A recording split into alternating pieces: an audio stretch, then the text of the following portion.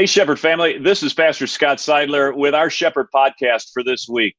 You know, many of us over the past couple weeks have been watching our kiddos go back to school. Some are going back to school over in the dining room. Some are actually in person and in classrooms with real live human being teachers. And some are in a combination of both.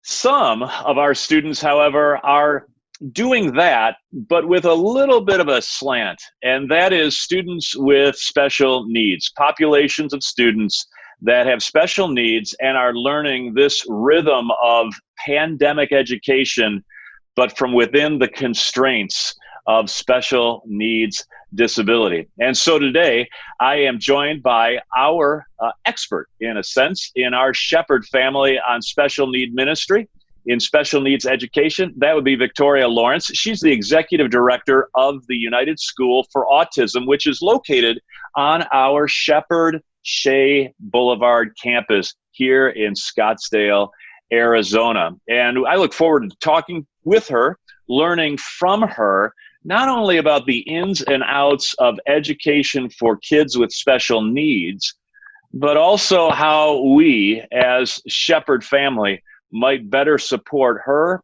and her work, and especially the work of moms and dads that are trying to help their kids make it in this big, wide open world.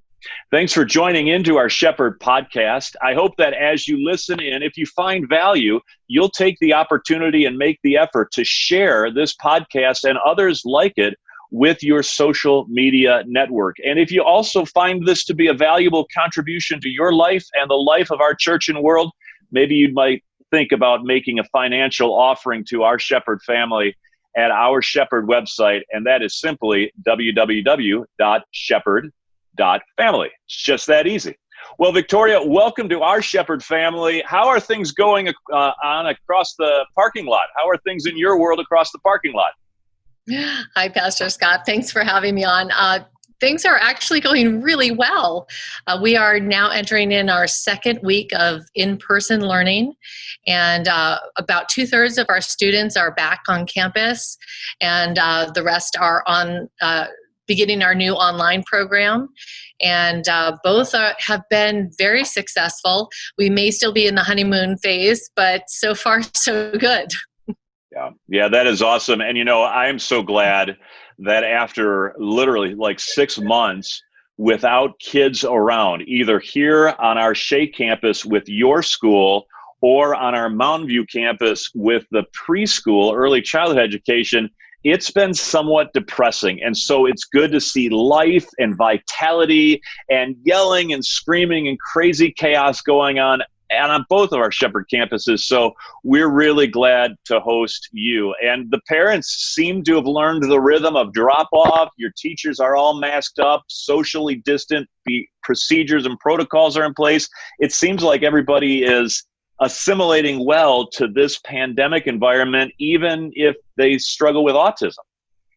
Absolutely. In fact, one of the key things we've noticed last week being our first week back, none of our kids were afraid of looking at their teachers with masks, which was a concern of ours. Yeah. None of them struggled with wearing a mask because the parents did such an exceptional job preparing them. Sure. And none of our parents had any concerns after seeing our procedures in place. All of the kids drove up with their parents, stuck their forehead out for their temperature to be taken, and once they were passed in, allowed to come in, they sanitized their hands, and everybody is just, really appreciating the routine of it and the thoroughness of it, the consistency of it. It's been remarkable. Yeah, that is awesome. And, it is a partnership, right? I mean, it's not just, I think what it kind of used to be, which is, man, our kids are leaving at 8:00. See ya. I'm heading to Starbucks, and we kind of not wash our hands of them, but kind of wash our hands of them. And then we pick them up again at 3:00 and we love them all over again. These are different days, and that partnership between school and parents for the well-being of the child, that partnership being, hand in glove is more important than ever. That's awesome. Hey, by the way, just refresh us a little bit on your personal story, because your family was part of our Shepherd School as your boys were younger. And how did you tell the story of how you landed as now the founder and executive director of the United School for Autism. It is an inspiring, amazing story. I'd love to hear it. Thank you. Thank you. Well, my Shepherd story, I love to share because it is just such a huge part of my family's life. We were really blessed to have been introduced to Shepherd when my boys were in kindergarten, and they attended Shepherd for kindergarten and part of first year for one of them, or grade 1 for one of them, and the other one stayed through part of second grade. They both had aides with them, and it was a little difficult in that, the program was a little more for traditional learners and our boys need a little more support. So, but we had the support of the school, which was so amazing. And just truly my memory of all of that was just a phenomenal love and acceptance, and I couldn't have asked for anything better. We did eventually move our boys to a school that provided additional support for autism specifically, realizing that once they needed that. But then over the years, from one school after another, either a school closed or a school wasn't meeting their needs, and all of a sudden we weren't finding the academic challenges that they needed and the social, support that they needed, even at the specialty schools. So I did go back to school, and I got my master's degree in curriculum and instruction for autism spectrum disorder from ASU, and for the sole purpose of opening a school that challenged our kids, and it looked, acted, everything like a traditional school looks like and operates as, because our kids on the spectrum are in so many ways no different than neurotypical kids, which is what we call kids basically without some sort of neurological, support need in the classroom. So my school design, when I was in my graduate program, I designed the school during that time, and I used all the best practices that I was learning about. My professors mentored me on it, and what I also drew from things that I loved about the schools that they've been in. And quite honestly, I learned a lot from them being at Shepherd, and a lot of our core values here at the school were from those days that we were here at Shepherd. Wow. And when it came time to look for a campus, we were again, just so blessed and understandably very bittersweet at the same time that Shepherd's campus became available. And with reluctancy, we approached the possibility of leasing the space, and, reluctancy because it was heartbreaking, knowing that the school had closed. But in its place, this school has blossomed. We are now helping almost 40 families gain the skills that their kids were they just never had the opportunities for. And it's just, it's heartfelt every single day. Yeah. Now, there's a little piece of the story that I remember you telling me, and that is so often in education for students with special needs, or maybe not so often today, but at least historically, it tended to be teaching down and maybe more childcare oriented with some educational value, as opposed to teaching up, and really helping kids figure out, okay, how can we, to the best of their ability, help them succeed at the highest level of achievement in this world? Because the fact of the matter is, homelessness among folks that struggle with autism is so incredibly high, and the inability to succeed in life. So just talk about that philosophy of education where you are teaching the kids up into, as much as in you lies productivity, self-sufficiency, and the like. Just talk about that transaction for your school particularly. Absolutely. Again, it's one of those things.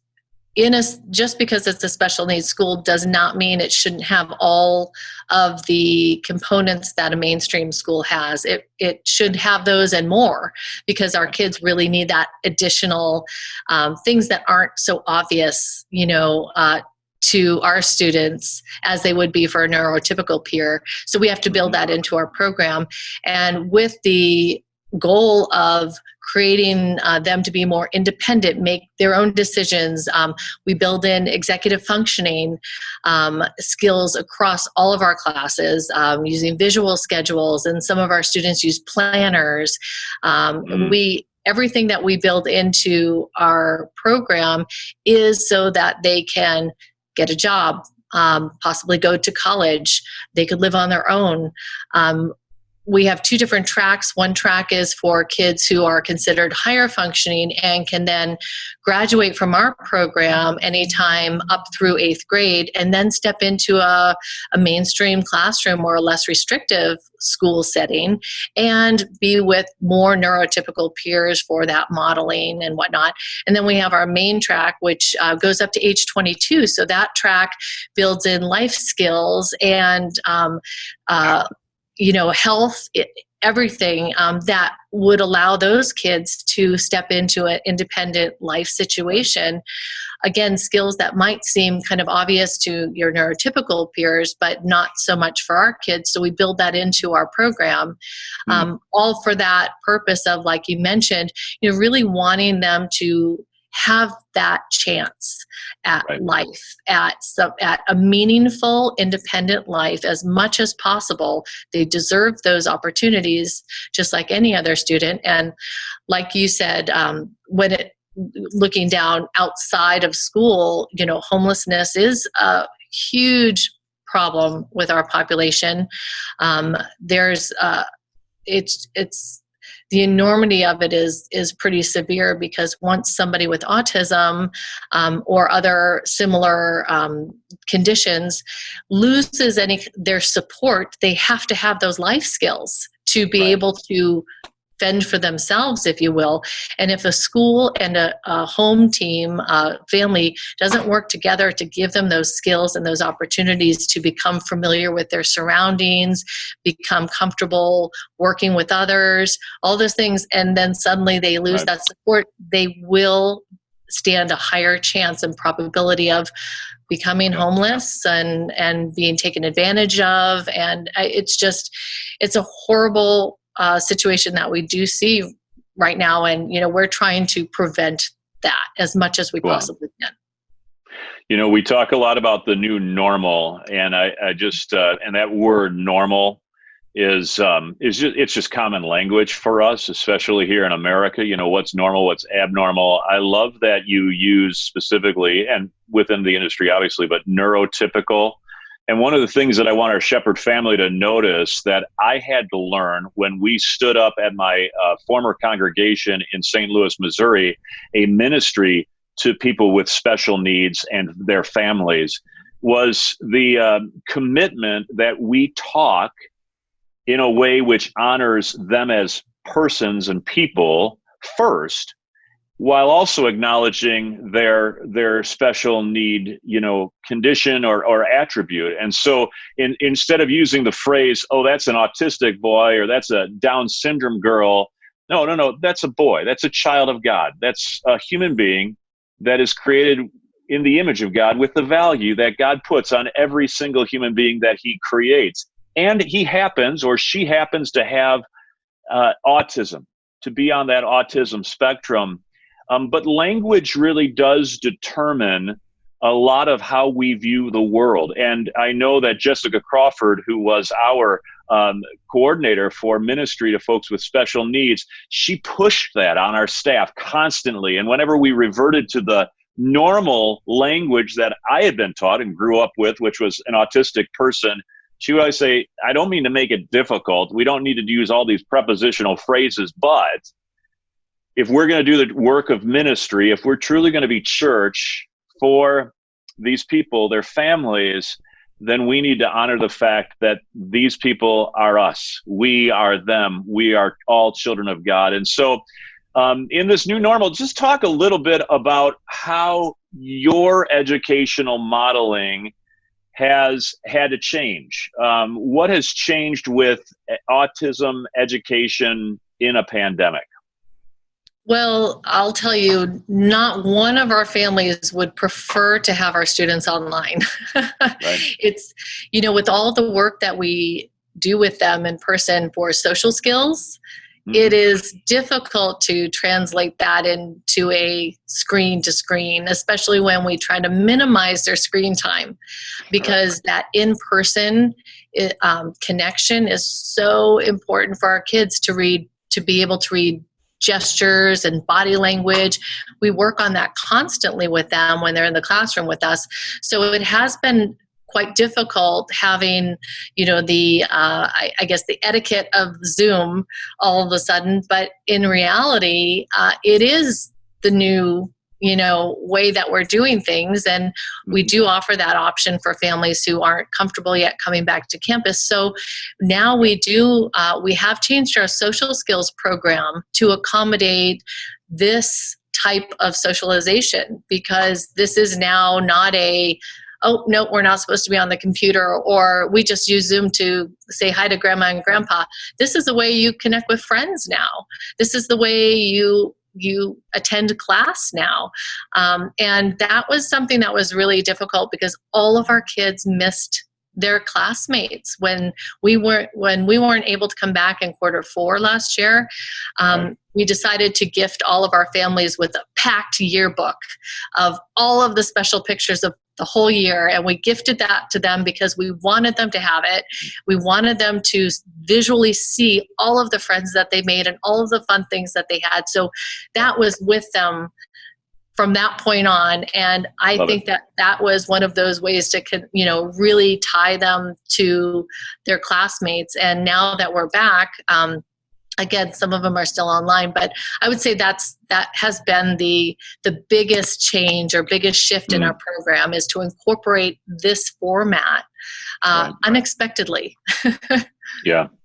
It's always great to hear, as a teacher in the church myself, a pastor, who is committed to the kind of the axiom that if you're going to be a teacher, you need to be a constant learner.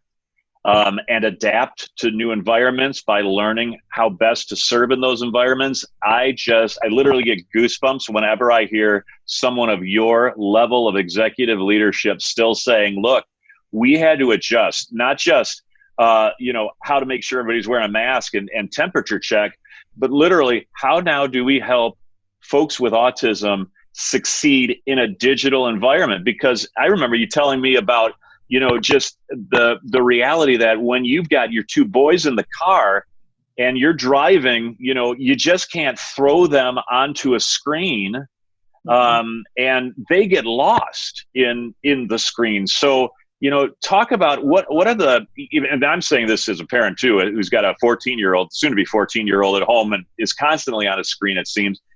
How do you help parents of kids with autism manage screen time? I mean, what are some of the rules or strategies? Because I'm listening, I could use some help. Well, it's interesting. Screen time is just such a draw for everybody. I mean, even my husband and I are on our news feeds first thing in the morning. But, really the key for our kiddos is make it meaningful. If you just allow them to sit in front of the computer and watch YouTube and other stuff, that's fine for a little, exploring some fun, new interest things that are, age appropriate. But at the same time, put yourself in there with them. For our kids, we tend to utilize all of those things as a way to facilitate communication with them. If they're on the screen, if they're on the computer, we try to inject ourselves in there and be like, wow, that looks really cool. Oh my gosh, did you see how fast that roller coaster went down that hill? I think that would scare me. Would it scare you? So everything, for us, it's important to try to incorporate a conversation out of what they're seeing or doing. If they're playing a game, even if they're playing a game just by themselves with time that they earned on the computer, then, we really try to get that conversation going with that particular thing. But as far as screen time, the amount of screen time, as it's different for every family. It's funny because I used to have a set, like no more than an hour, and you hear these things and then you start to judge yourself going, oh my gosh, if I really added it up, it's like, oh, I'm a bad parent. But honestly, I wish people wouldn't beat themselves up over that. The real point of it is to make it meaningful time on the screen. And, now that we're in school a lot on the screen, that's what I'm talking about, meaningful things. One of my sons loves engineering program that builds roller coasters. So he asked to earn time for that. And quite honestly, I give him as much time as is available.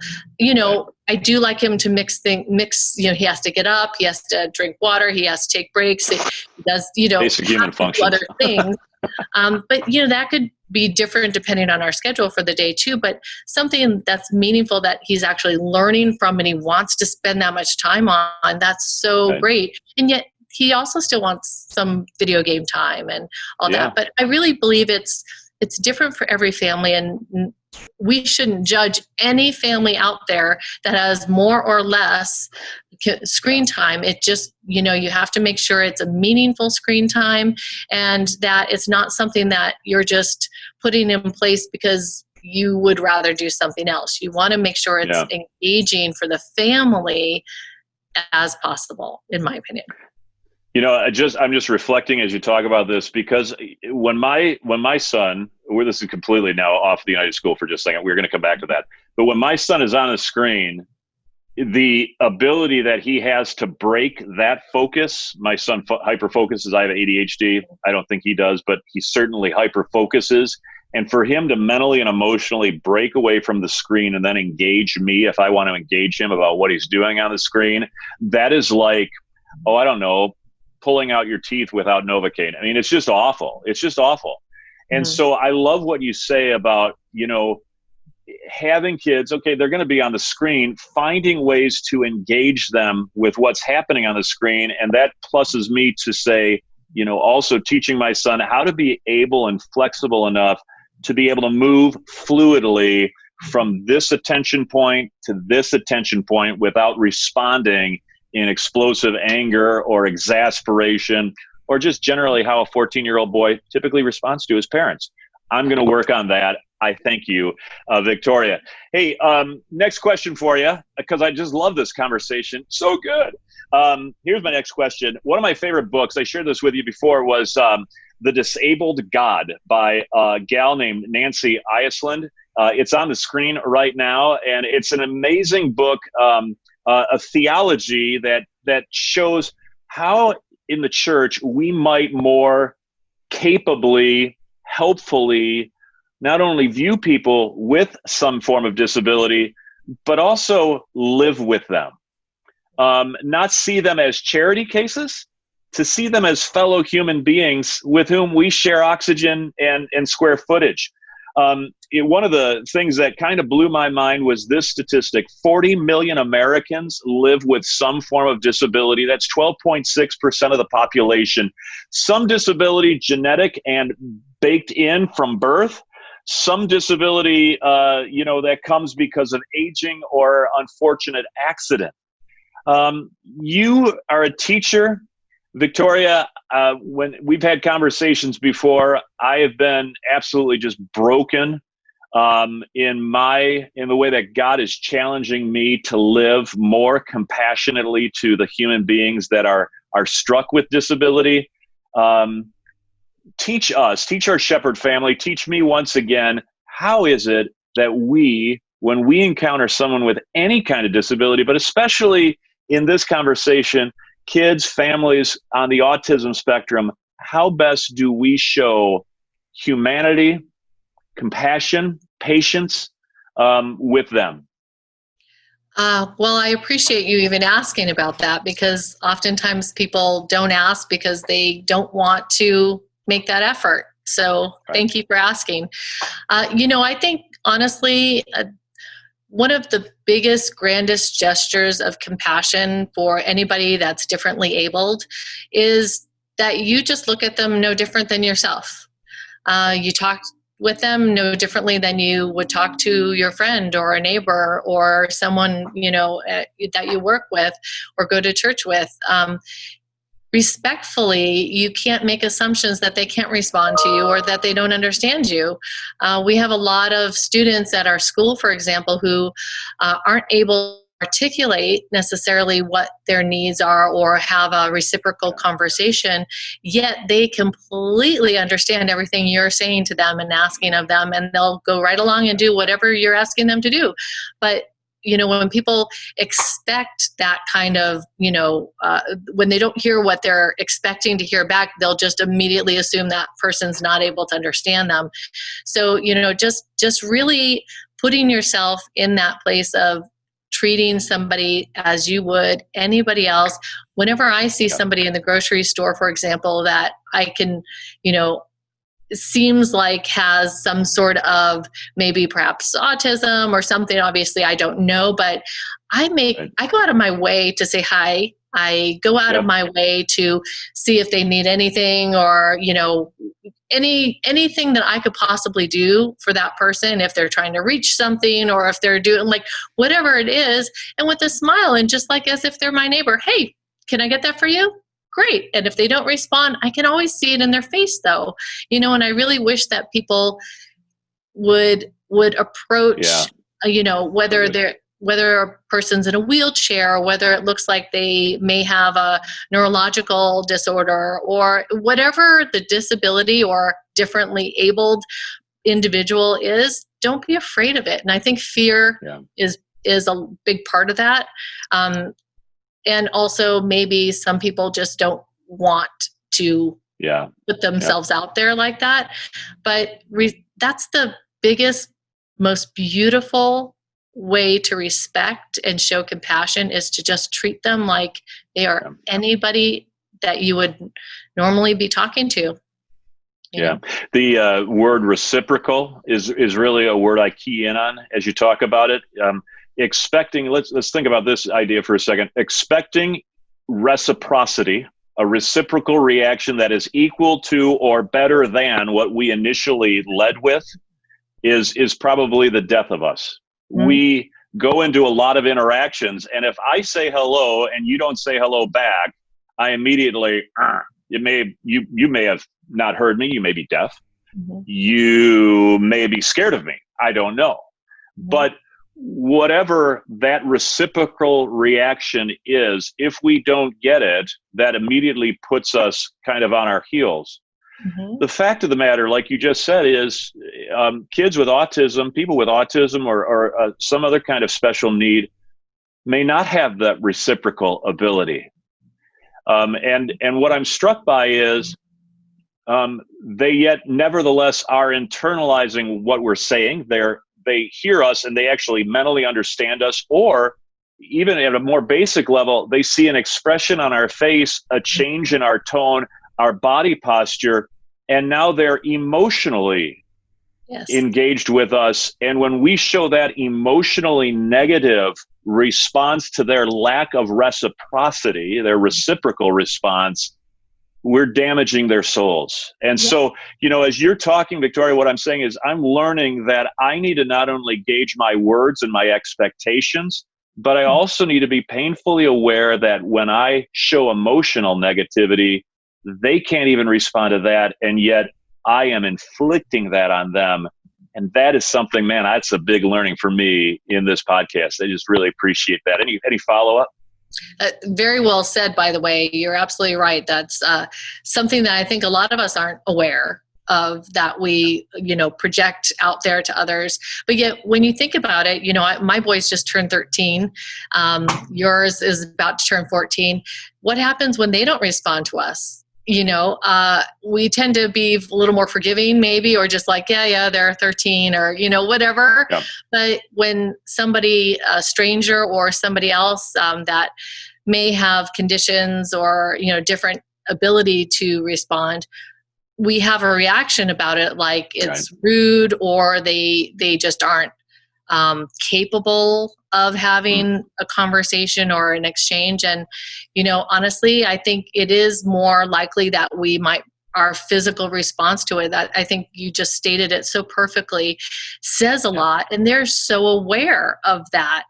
They're aware of facial gestures. They're, aware of that feeling that we're giving off, that, what we're projecting, and it's quite heartbreaking because they don't deserve that. They didn't ask to be differently abled.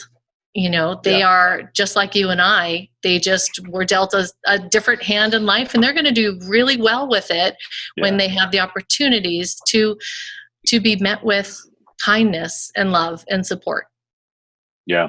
I think with kids, I know that in counseling with kids and families over the years of my 25 years of being a pastor, one of the phrases that I've found I've had to use more often than I want to is telling kids and even adults, you're not a freak. And it sounds pretty harsh to even say that, but I find that there's a lot of folks that go around in life who are typically abled, who, because of the way that they approach life or special capacities or abilities that make them stand out in a crowd, they come away feeling freakish and therefore atypical or abnormal. And I always say God doesn't create accidents.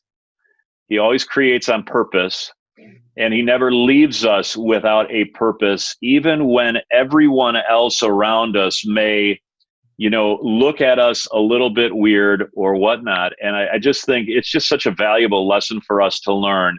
How do we help people see themselves, each with God's unique intended purpose for their life? Just such a great thing. Well, Victoria, thank you so much for spending some time with our Shepherd family in the Shepherd podcast. I am so grateful for you, for your ministry. And just a reminder, we are across the parking lot, and we look forward to partnering even more closely with the United School for Autism in the months and years to come. We want to see you succeed because we know that your advocacy for people with autism and their families is a sorely needed something in our community. We want to spur you on to that good work. Looking forward, by the way, Shepherd family, for our playground between buildings B and C. Is that right? No, building A and B is going to get an extreme makeover by our very own youth, Jake Armstrong, who's going to be renovating it so that all of our kids can use it, but so that it especially is receptive to kids with autism and their motor neurological peculiarities. That is a very, very cool thing that's going to be happening. So look for that in the next couple months. I look forward to seeing how things are going to turn out. And just a reminder, if you have the opportunity, like us on Facebook, check out the United School for Autism, their website, their Facebook page. It's down here at the bottom of the screen. And just great ways to connect, to pray for, encourage our partners in ministry to human beings and families who just need some love and care and some encouragement, especially during these tough pandemic days. Victoria Lawerence, thank you. God bless you, Shepherd family. This is Pastor Scott Seidler, and we will see you again soon.